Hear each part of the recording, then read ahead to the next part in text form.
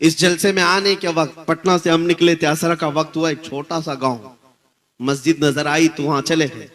मुश्किल से उनके यहाँ 50-60 घर हैं, छोटा सा गांव, और गाड़ी भी अंदर जा नहीं सकती, पगडंडी पर चल करके मस्जिद के लिए जाना पड़ा।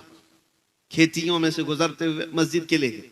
मैं क्यों बता रहा, मस्जिद में गए, हम तो ये सोचते थे कौन इस गैर मारूफ इलाके में पहचानता है, लेकिन हर घर से लोग वहां पर आए और मुझसे मुसाफा करते हुए नारे लगाने लग गए। छोटा सा गांव था। मैंने पूछा पहचानते हो? कहा आप पहचानते नहीं, रोज सुनते हैं आपको।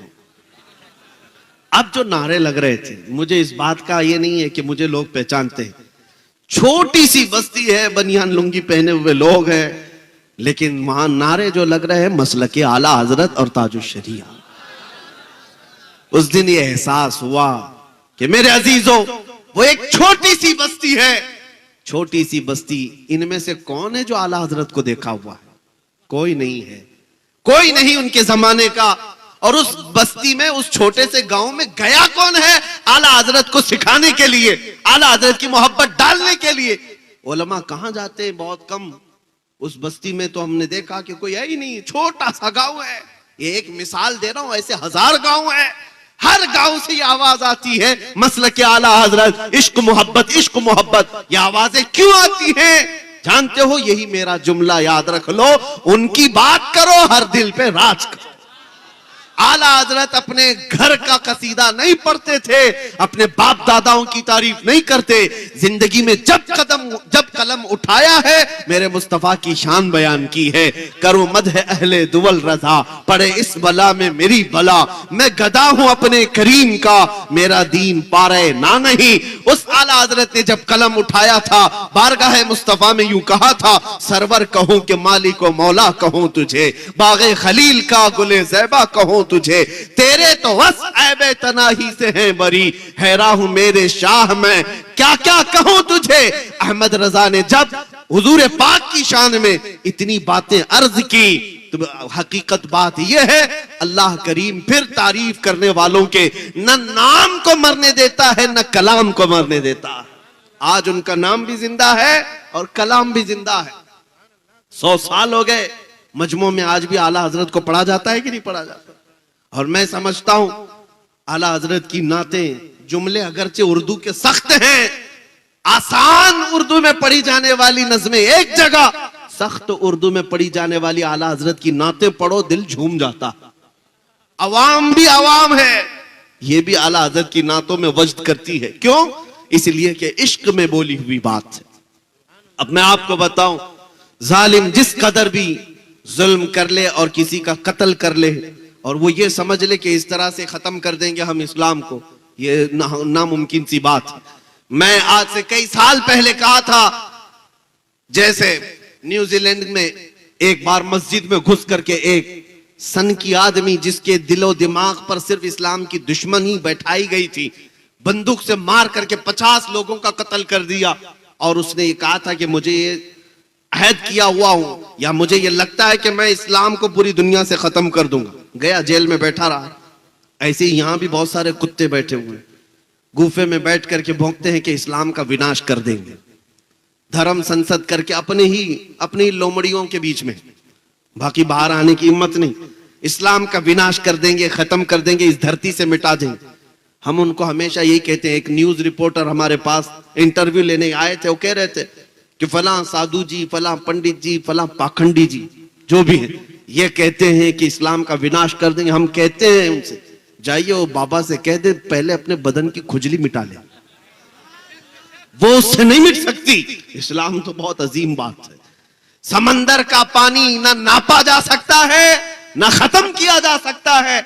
समंदर तो समंदर है, आसमान को तुम नीचे ला सकते हो, जमीन को ऊपर कर सकते हो, लेकिन इस इस्लाम को कभी नहीं मिटा सकते।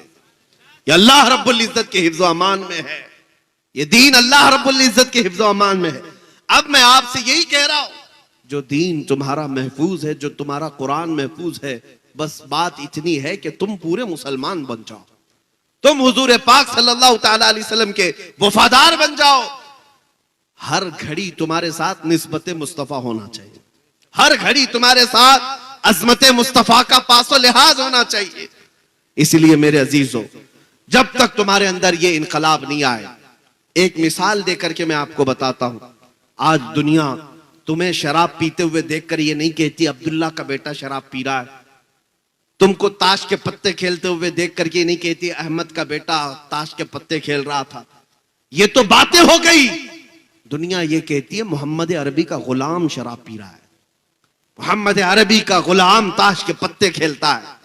दुनिया यही कहती है मुसलमान चोरी कर रहे हैं, मुसलमान धोखा दे रहे हैं। इस लफ्ज का एहतराम और पास और लिहाज तुम्हें कितना जरूरी है। तुम्हारे अखलाक सबसे बुलंद होने चाहिए।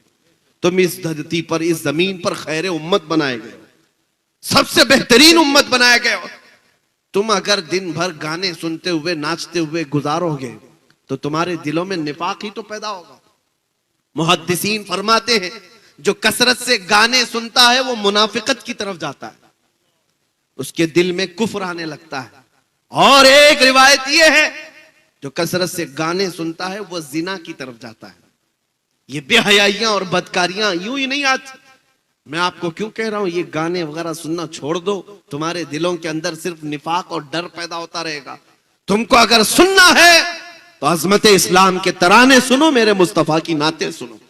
दिल में ईमान रोशन होता है, दिल के अंदर मजबूती आती है और तुम इस तरह बुज़दिली की जिंदगी नहीं गुजारोगे।